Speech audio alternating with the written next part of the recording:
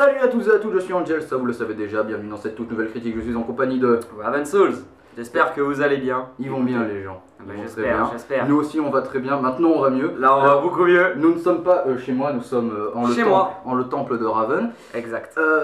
Et pourquoi je suis ici? Alors écoutez, aujourd'hui on est du coup Ce n'est pas que l'anniversaire de Naruto Uzumaki que nous saluons, c'est aussi la sortie de Venom dans les salles de cinéma.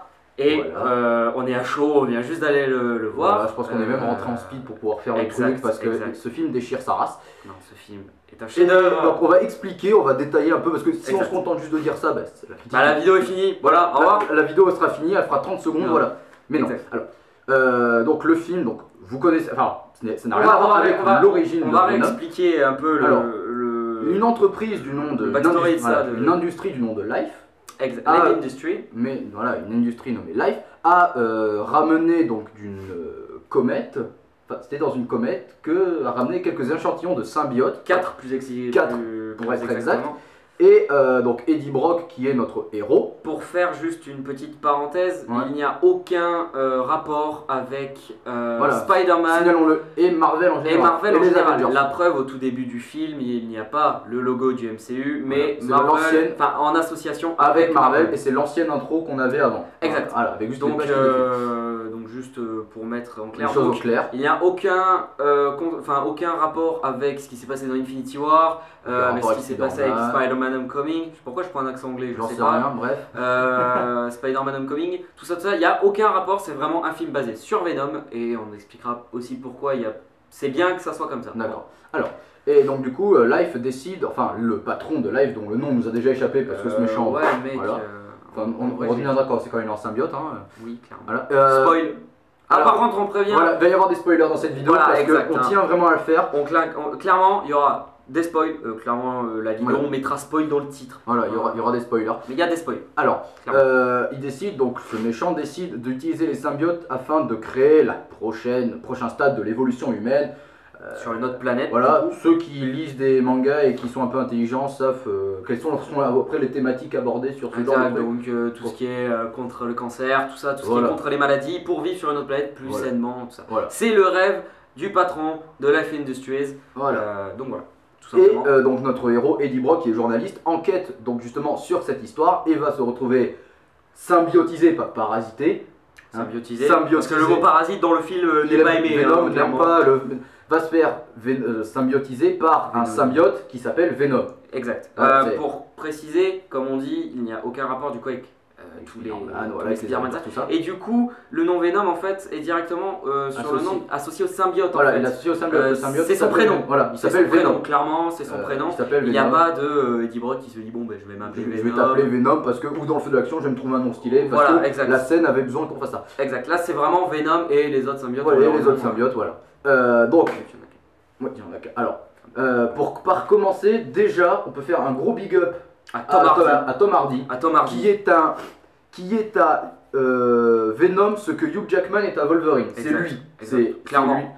Enfin, on pourrait dire que de Venom il peut y avoir plusieurs interprètes, tout ça, mais je trouve que Tom Hardy a vraiment donné quelque chose au personnage d'Eddie Brock. Il a vraiment bien fait. En fait, on dit ça parce que après c'est le premier film du coup Venom sans prendre la trilogie de Sam Raimi, tout ça. Mais c'est vraiment le premier film apparenté de Venom et je trouve qu'ils ont tellement pris le bon acteur.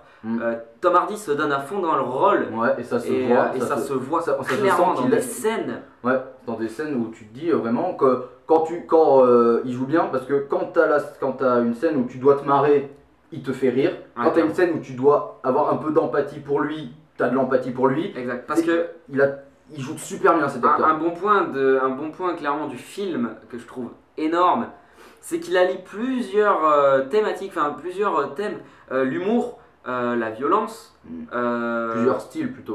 Plusieurs styles. Le thème, c'est pas tout à fait l'humour, la violence, le gore.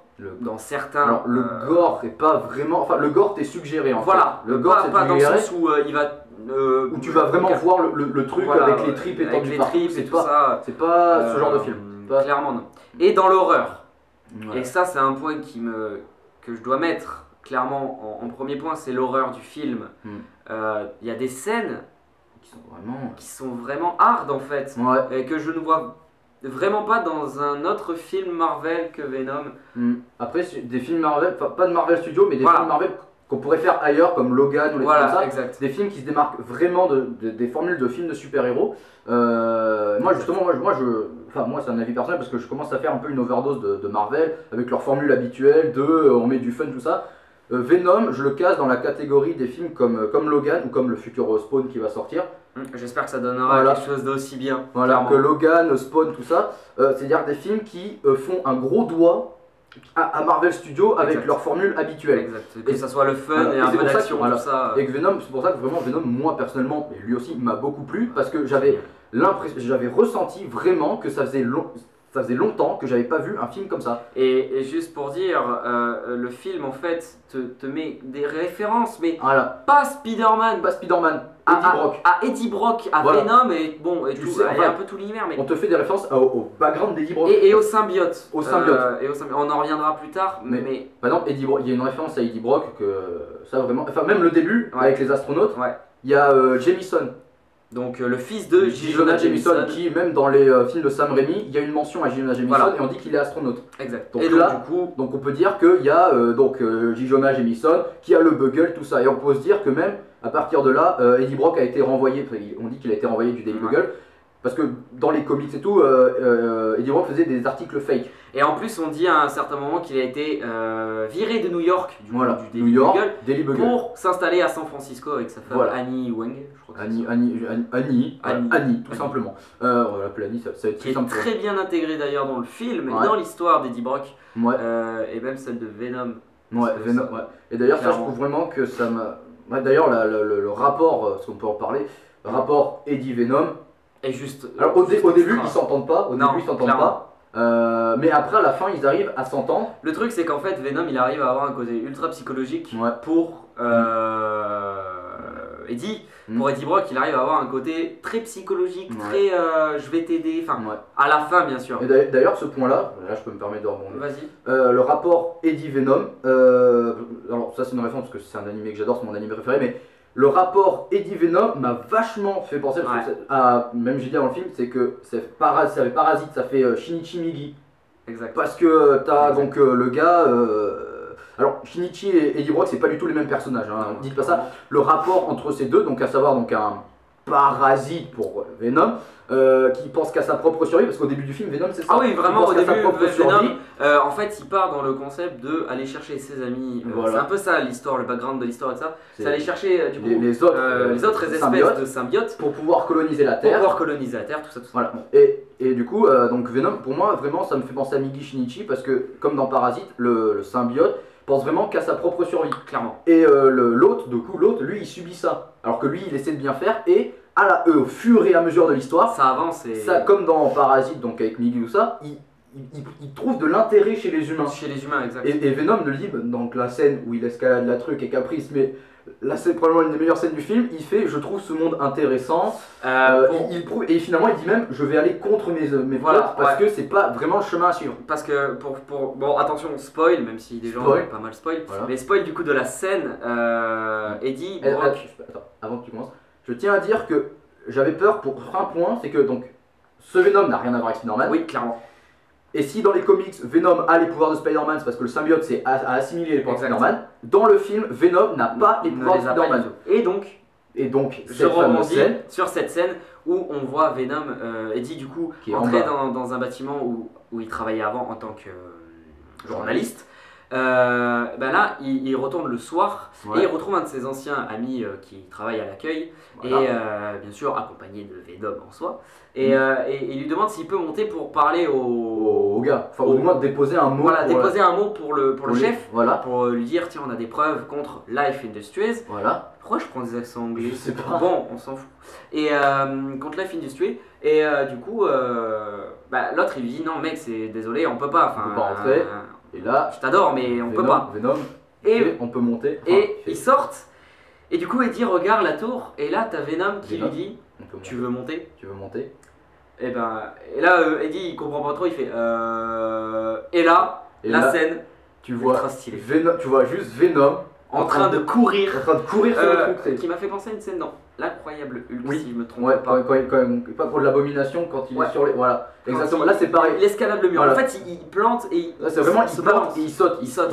Ouais, c'est vraiment qu'il a pas le truc de monter sur les murs comme Spider-Man. Là encore une fois, donc il fait des trucs qui ressemblent à Spider-Man. Mais c'est pas. Fait complètement différemment. Exact. Comme par exemple, tu vois, il dit tisser une toile, genre il étend son bras. Et en fait, il étend son bras et on voit que c'est plusieurs mains qui s'accrochent en fait, les mains de Venom en fait, qui s'accrochent sur les barreaux et tout ça. Et après, quand il est sur la tour, le plan où tu le vois, il est en position Spider-Man. Là, pour le coup, c'est juste une référence Spider-Man, c'est juste sur une pause. Du coup, c'est legit.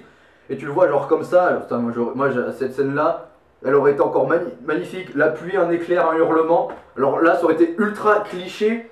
Mais trop stylé. Ça aurait été trop stylé. Et du coup, cette scène était cool. Et à ce moment-là, il dit cette planète. Voilà, et à ce moment-là, c'est plutôt joli. Il y a pas mal d'intérêt en fait. Voilà, il trouve de l'intérêt dans notre monde.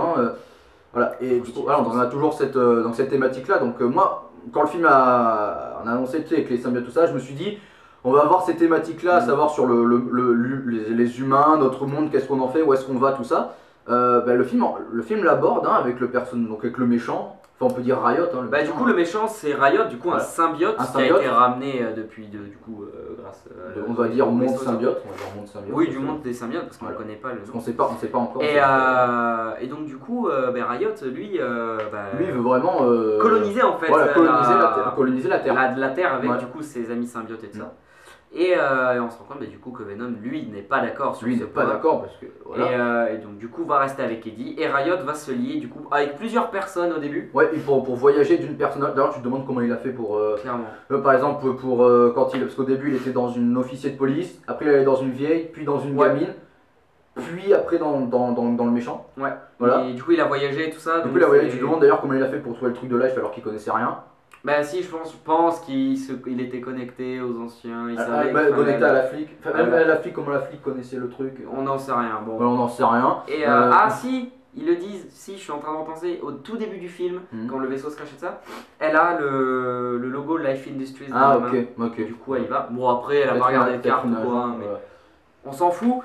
Et du coup, Riot, donc ce symbiote là, va voyager entre plusieurs personnes, 4 du coup jusqu'au dernier. C'est vraiment le méchant qui s'installe quoi. Exact. Et mais c'est là où on le voit évoluer. Et c'est ça que je trouve aussi bien, c'est qu'on voit du côté d'Eddie, Venom évoluer avec Eddie et ce symbiote dont on connaît au premier abord pas le nom, évoluer.